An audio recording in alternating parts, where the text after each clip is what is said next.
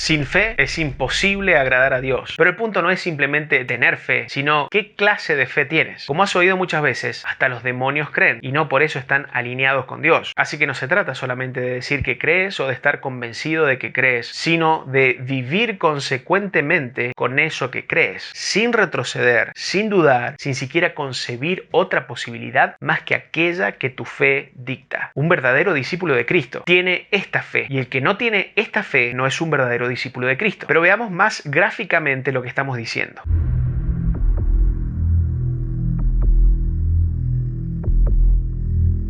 Luego de que Jesús maldijera una higuera por no producir fruto, ésta se secó, y los discípulos de Jesús se asombraron de que por unas palabras que profiriera el maestro, tan rápidamente un árbol hubiese muerto. Al ver el asombro de sus seguidores, Jesús les dijo: tened fe en Dios, porque de cierto os digo que cualquiera que dijere a este monte, quítate y échate en el mar, y no dudare en su corazón, sino que creyere que será hecho lo que dice, lo que diga le será hecho. Por tanto os digo que todo lo que pidiereis orando, creed que lo recibiréis y os vendrá. Como israelitas, estos hombres creían en Dios desde su niñez. Sin embargo, Jesús les dijo que tuvieran fe en Dios. No es lo mismo creer en Dios que tener fe en Él. Esta es la confusión de muchos autodenominados cristianos. Creen en Dios, pero llegado el momento, jamás esperarían que la higuera se seque. Sencillamente no tienen fe en Dios. Sin embargo, Jesús les asegura que, si no dudan, cualquier cosa que manden sucedería, o cualquier cosa que pidieran la recibirían. Pero como esta no es la experiencia de los que profesan ser hijos de Dios, inventan todo tipo de excusas